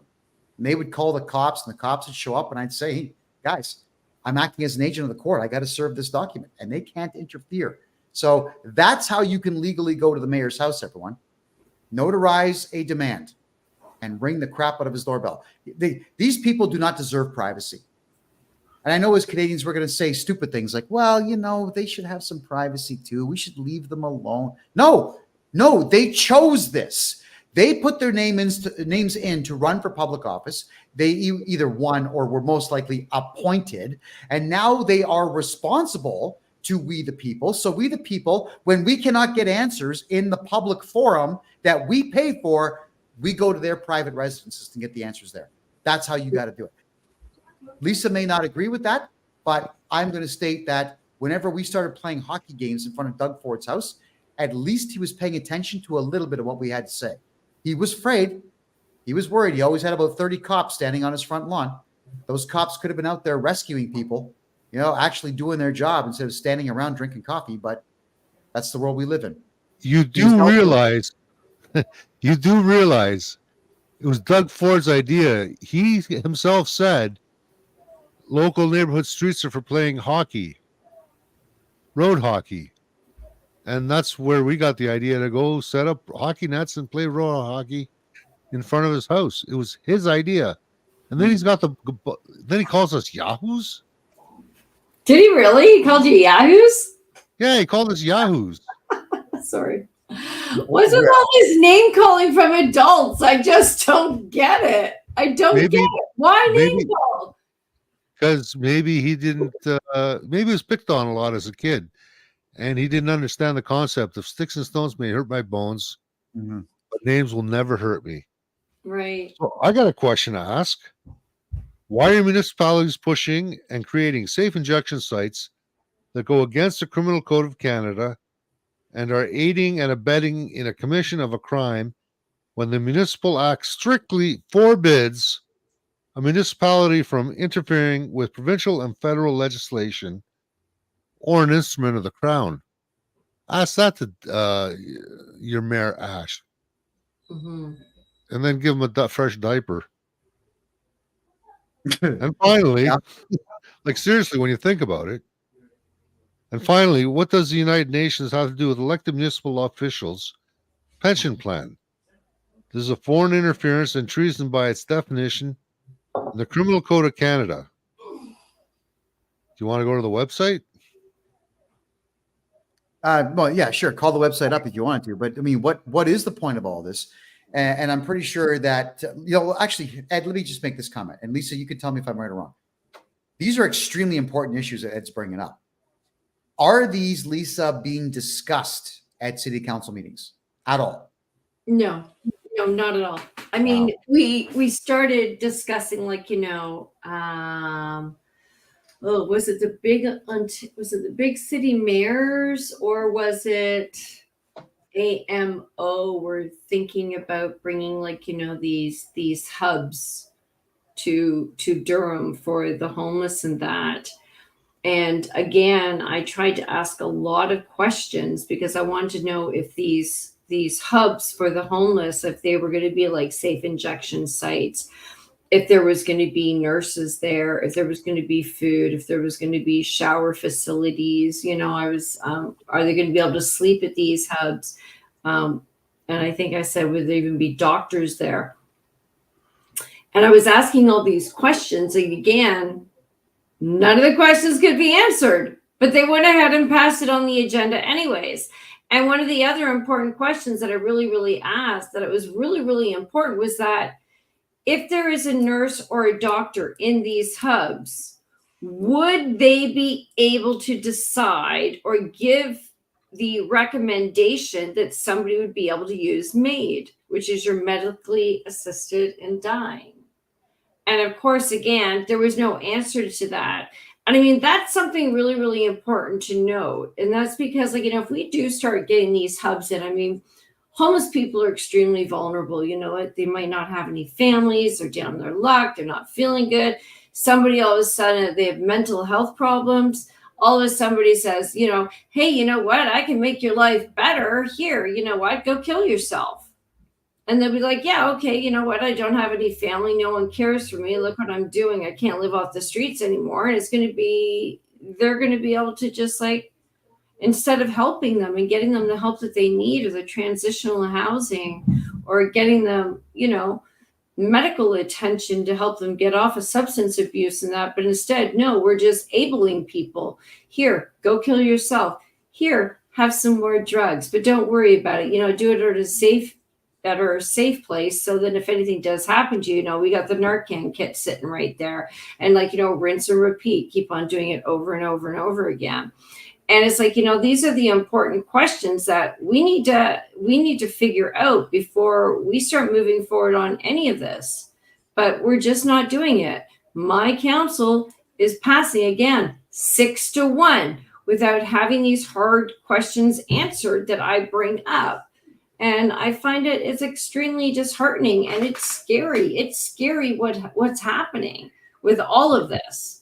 And it needs to stop. And we need to have, common sense by common people have to be put in these positions and have all of these questions answered, all of the I's dotted, all of the T's crossed before we even make these kind of decisions. But sitting there rubber stamping them and being yes nodders and just passing it on to the next level. And then all of a sudden it goes to the next level. Well, guess what? That next level is all of a sudden we've just endorsed as a municipality to go to the province or wherever it needs to go and saying, yeah, we agree with this. Go ahead, bring it on in, debate it. But you know what? We're all for it. And then all of a sudden, it says that we're supporting this when really, what are we supporting? We're supporting something that we don't even know what's in the fine print. We don't even know what's coming down the pipeline. And in my opinion, it's don't think they read it. I really do. I don't think they look. These are 3 members of the city council of Pickering. All right. You can tell here that David Pickles, obviously he had some makeup artists come in and spend 23.5 hours making him look like this, when in reality, he presents himself like this. And then there's that Nagy, there's the left wing individual there in the middle. Hold on, Lisa, let me toss you out of here for a second. Who presents themselves like this? Who's in leadership?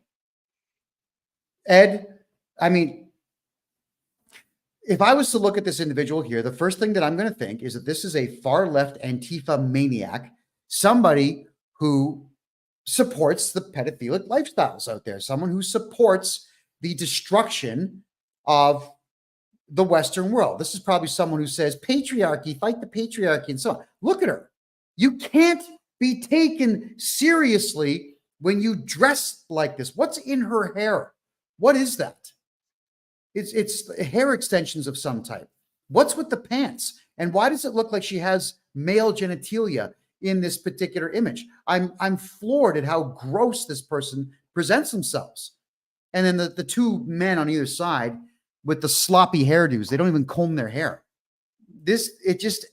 When people decide to present like this, they can't be taken seriously. And when I can't take a city council or a mayor seriously, then I would not be investing. If I was someone had $25 million to invest, I wouldn't do it in Pickering if those were the people that were going to be in charge of the money or in charge of the permits or in charge of anything to do with my investments. So sorry, Lisa, just we can't have you be part of my opinions. They're my opinions, everyone, especially you, Mayor Ass. What I say is on me. Stop. You know what? Stop shouting at a woman that's 1/20th your body weight. What is the matter with you? Why don't you shout at me? Wouldn't that be amazing? Could you imagine me and this guy in the same room alone? Do you think for an instant anyone, go ahead and put it in the comments, would this guy raise his voice to me? Does anybody think this guy would even consider going, and even doing that?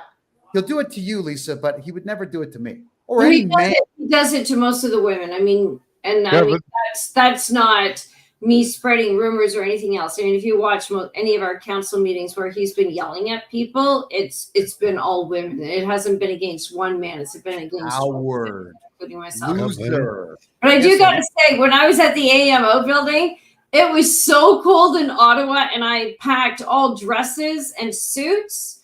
I was so cold that I actually had to wear my blue jeans and my Doc Martens with a blazer, of course, though, because I always have to support my Canadian flag and whatnot.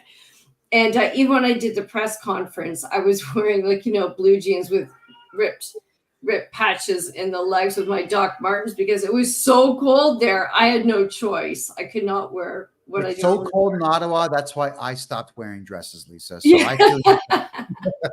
It was Yes, so cold there. I mean, but it was like, I was at a conference, so hey, it's hey, why not? Ed, what was your question there, bud? Can you put the picture of the mayor up again? Oh, Kevin asks. Yeah, here you go. Why is there no crease in his tie? No, is it a clip-on? I don't know. What's the point of the question? Sorry. yeah. It's easy to dress as a man. All you gotta do is put a little crease in your tie, and it's a proper tie. Like, duh. Okay, I'm a flat I don't roofer, even I know that. Sorry, are you talking Windsor knots? Because I don't tie Windsor knots. I tie the small knots when I tie mine. Any knot, you put a crease in it. That's a proper tie. It's got to have a crease in the middle. Anyways, Okay. you want to look at Mayor Ash's how they've got him hooked and tied in? Oh, Shall sure. we Yeah, look go at ahead. this What do you got? document? What do you got? What do you got? What is this? All right. This is a pension primer. You got to zoom out just a little bit. Top middle. Top middle. Top Oh, there middle. it is. Come on. There we go. August 2021. Union of BC Municipalities. All rights reserved. Any use of production must credit. Union of BC Municipalities, Suite 60, 1051, Shelbridge Way, Richmond, BC. WCX 2W9. Oh, yeah, Okay, yeah. now we can use Fair it. use. Fair use. We quote fair use law. There you go. And besides, they can sue me if they want. Continue. Thanks to the following organization that identified and supplied the principal source information: Municipal Pension Board, MPP, British Columbia Investment Management Corporation, BCI. Getting started. It's the top 10 abbreviations. Purpose of the Municipal Pension Plan. Purpose of this updated and revised primer. Municipal Pension Plan in brief. Plan governments.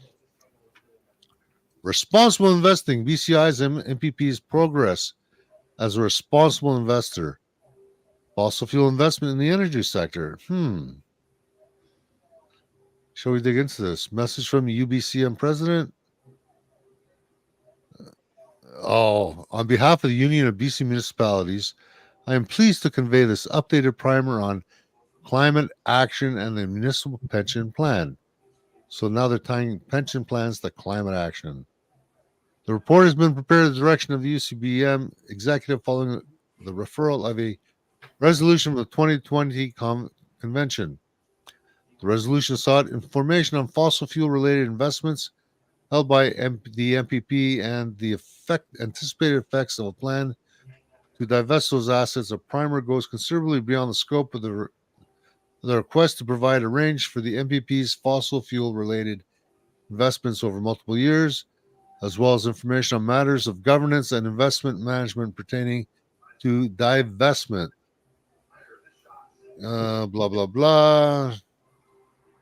Oh no, please don't say blah, blah, blah. I can't handle that.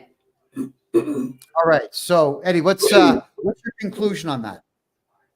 I've just started reading this just now. It was sent to me by someone's very, very special. In our last primer, we also called for a climate action plan for the municipal pension plan. This has now been developed and is being implemented. However, much has changed since 2016. So in this report, we will highlight UBCM's climate action leadership in conjunction with the MPP and the BC Investment Management Corporation. Primer provides an overview of the importance of the municipal pension plan and the governance structure in place, including the fiduciary duty of the Board of Trustees. We provide an overview of the plan design and service providers. The primer reveals the importance of investments in the pension plan and references that about 75 cents of every pension dollar comes from investment returns. Chapter 7 delves into the MPP's progress as a responsible investor. I would refer your attention to Chapter 8, where the report provides a breakdown of the MPP's energy-related investments as a percentage of the total portfolio, as well as a breakdown of energy investments in each asset class. Also in Chapter 8, Primary affirms the preferred approach of engagement compared to a divestment approach. The final chapter sets out future actions of UBCM as we continue to build on the government's policies and priorities in the municipal pension plan. Okay, Ed, let me cut you off on that for a second here. So what you're saying there is the pension plan is based on the profits that come in from investment, from private corporations. And then we got to ask ourselves, why are we chasing away private investment? And Lisa, you've got a city council there that's chasing away private investment in the city of Pickering. So who's going to fund the pension plans if they're not able to pull from that market? Now, Ed, here's an interesting point that people don't know. 2014, the Canada Revenue Agency brought in $282 billion from personal income tax, but only $90 billion from corporate income tax. Corporate tax, that's it. So that means the corporations are leaving. And if they're counting on that type of tax revenue and that type of investment revenue to fund the pension plans, guess what's going to happen, everybody, in 5 years? There won't be a pension plan. Mhm. So, Lisa, I got to turn this back to you. We only got about 10 minutes to go here. Investment in Pickering. Is it actually happening from outside sources? Please go ahead. It is happening. You know, we're getting a lot of people like FGF Foods. We're getting a new Amazon warehouse that's coming in right now as well. So we do have a lot of it coming in. But apparently in Marinagi's speech, though, apparently I'm chasing away developers. It's kind of weird what she said, that they're afraid to invest in Pickering. She said that in her speech, which again was a lie. I would love to see the proof on that one, where they've actually said we're not coming to Pickering because of Councillor Robinson. It just doesn't make sense. But no, I mean, Pickering is growing, and it's growing quite quickly right now. And yeah, we're starting to get a lot of people investing in there. But I mean, we just lost Bad Boys as well, right? They came in and then they're out, and I don't know why they decided not to. Porsche also just came on board as well, because we have the casino here in Pickering, and Porsche just came in where they're doing a racetrack here in Pickering. So that's very, very exciting, to the tune of about $74 million, I think, that they brought in, which again, we got to break our own policies and procedures and bylaws because they're bringing in so much money that we can circumvent our street naming policy because of it without following our own guidelines. But of course, I asked, would the same thing be able to be done with Ford, let's say, or Volkswagen? And they said, well, only if they're willing to spend, $74 million. So, but Porsche, they're allowed to break the rules in Pickering. So pretty interesting stuff. But no, we're getting some really good investments coming to Pickering, which is great. I suppose, though, that I would be concerned, especially as a Pickering citizen, that particular city council is the face of the city, considering now what they've done is they've taken focus away from what they should be doing. And that's selling the city. Come to Pickering because we've got this and that and this and that, and our sewer systems are brand new and our water pipes are brand new. There's no copper in the lines anymore. We don't, like, whatever. They should be selling it in some way. But instead, they're making themselves look like fools on the international scale. And on top of all that, they actually are going to the Canadian Broadcasting Corporation and making themselves look even more foolish nationally and internationally. Mm-hmm. They're so hung up on what you had to say. Yeah. And they're so hung up on the fact that I moved to Panama. They say I fled Canada. No, I moved to where the money is. There's no money in Canada for a guy like me, but there's lots of money here. They are focused on us, the two of us, as opposed to selling the city to more investors. So this is what actually chases them away. Maybe Bad Boy left because of city council. Maybe Bad Boys saw the show and realized, oh, these people are sickos. We don't want to invest here. That could be the case. Yeah, I mean, they were elected to run the city. We were all elected to run the city, but they seem to think that they were elected to control everything that I say and do, or to make a point of letting everyone know everything that I say or do because I'm opposing them. It's like, it's like I don't know what it is. I don't know why they think, I mean, all of us are just one vote. I don't know why they're so concerned and so worried about what I'm saying or doing because I'm working for my constituents. It was like, the mayor could have stopped all of this from the very, very beginning when I was bringing those 3 motions forward And, you know, the 3 counselors went behind my back with these lies to the integrity commissioner. It was the mayor that told me what was happening in the first place. And I mean, he could have stopped it right then and there. He could have put his foot down and said, why are you going to the integrity commissioner? We've never gone to the integrity commissioner for anything like this before. And I mean, there's been fraud that's happened in, you know, past councils and all kinds of, like, you know, nasty stuff that has gone on. But why choose me to make an example when I haven't done any fraud or anything like that for trying to bring motions forward for my constituents? So the mayor could have been a leader and could have put a stop to it right then and there, but he chose not to. Why? And that's the problem with beta males, Lisa. Weak men. Problem is, why did he choose not to? Because himself, he's vindictive. Because again, I called him out during COVID when I wasn't even a counselor for traveling during COVID while he was telling everybody else to stay home. Well, we had over 85 deaths of our elders that were in Orchard Villa. We had the most deaths anywhere and had to bring in the army. And where was our regional counselor? He was traveling. Both of our regional counselors were traveling. And because I called that out, you can see how vindictive he is. And when I won the election, the first thing I said to him, I said, was, Mr. Mayor, would you like me to call you Mr. Mayor or Your Honor? What would you like me to call you? He said, whatever you want to. So I've always stuck with Mr. Mayor. And I said, Mr. Mayor, can we please put the past behind us? And I shook his hand and he said yes. But he has never been able to get over the fact that I called him out. His family sits there and they sit there and they say nasty things about me on social media constantly.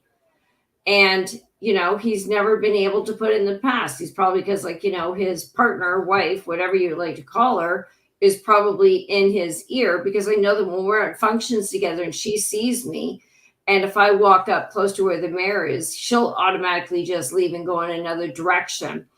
And, you know, it's the immaturity that you see like this, where adults cannot be adults.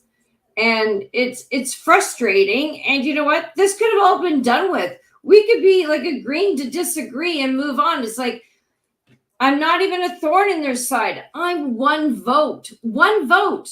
Why are you all bullying me, intimidating me, right? I'm one vote. And no one's better than anyone else on this council, in my opinion, because we're all one vote, which makes us all equal.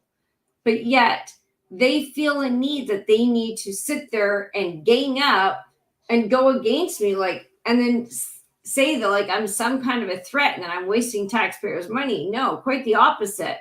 I'm the only one that voted against the property tax increase. I'm the only one that votes against these nonsensical projects that they're trying to put forward. I'm the only one that voted to stop with pushing forward anything that had to do with the Greenbelt scandal, where they want to build on those lands and push them through. And I was like, no, let's just wait till the Attorney General's report comes back, because I know it's going to be unfavorable. I'm the only one that votes against all of these things for the safety of our community and that. And for some reason, they don't like it. Is it because I have common sense for the common people? Are they threatened by me? Because it has to be something. Because me by myself, I'm nothing. I'm nothing. It's crazy. Well, they are But just they're clearly delusional. They lie a lot. They're off in their own little world. I'm telling you, they're dropping acid. That's the only thing that makes sense. Lisa, we're out of time. I have never seen anyone there do drugs. So, I mean, I'm sorry, I can't confirm nor deny that, right? I just Okay, Lisa, we're out of time. So I just wanted to ask you one more time. Tell people how they can get a hold of you and help you out. Go ahead. Well, if you want to get a hold of me, you know, my door is always open, but you can send me an email on lifelibertyandlisa@gmail.com. And that's and spelled out A-N-D, not the ampersand. Or you can reach me, or if you want to reach myself or any members of Pickering, it's always our first initial last name at pickering.ca. So example, I'm L Robinson at pickering.ca. And that will be the same for all members of council. And if you want to send a letter to, or any kind of information, like, whether you're for or against, whatever you'd like, and you want to get it to all the counselors, then you just write our city clerk and say that you want it given to all the counselors and the mayor, and she will distribute it so we all get the same email. Other Excellent. than that, if you can always reach out to me. I'm always happy to answer. If I don't answer, try again, because sometimes my email does get held up at lpickering.ca, and I don't know why, but it gets held up. I do, but yeah, whatever. So Sometimes I just don't get it, right? Or, feel free to call me at the City of Pickering as well. Or I do have my phone number for the City of Pickering. My personal work cell phone number is 613-318-LISA, LISA. So 613-318-LISA. 318 Lisa, 613 yeah. area code. Beautiful. 613-318-LISA. It's an absolute pleasure to have you back on the show. Greatly appreciate it. Ed, you got 10 seconds. Go. That's it. When did we get the 613 area code in the Durham region? Well, we don't. It's 613 is an Ottawa number. And you know what? I know I am going to make it to Ottawa one day. I would love to I'd love to be underneath, Pierre Poilievre right now, but I need to find a way to get in touch with them. I mean, with everyone calling me these names or not, he may not like me running against him, but I am truly the best candidate to serve as a conservative here in Pickering for sure. Because I'm a true conservative, as we all know, right? So yes, not a progressive, which is communist conservative. There's a big difference. It's a huge there is. Lisa, we gotta fly. Absolutely. So amazing to see you again. Great to be here, and we'll be calling you soon. That's an absolute promise. Great. Thank you again for having me on, and thank you for keeping it, cleaner for me today. I really appreciate it. You guys are awesome. I'll go solo when I get dirty. Lisa, okay. Have a great day. Take care. All right. I'd say it's time for you to conclude, but unfortunately, we're over time. We got to fly. So I'll see you on Tuesday. We have Rob Anders coming back, everybody, to talk about gold and silver. You got a 5-second comment. Go. Anything? Don't do acid. Bye. That's Ed Janosek, everyone. That is it. We've had a great show. It's always a pleasure to get the inside scoop and the inside story from Lisa Robinson about what's going on in Canadian politics. And yes, don't forget, everybody, I can get rid of your CERB debt. I can get rid of all your personal and corporate taxes. Don't go to accountants. They're all cowards. They work for the CRA. I don't. I crush the CRA in everything that I do. Book your consultation right here at kevinjjohnston.com. My name is Kevin J. Johnston. This is the Kevin J. Johnston Show that runs every Tuesday and Thursday at 9 p.m. Eastern Time right here on freedomreport.ca. I love you all, and good night.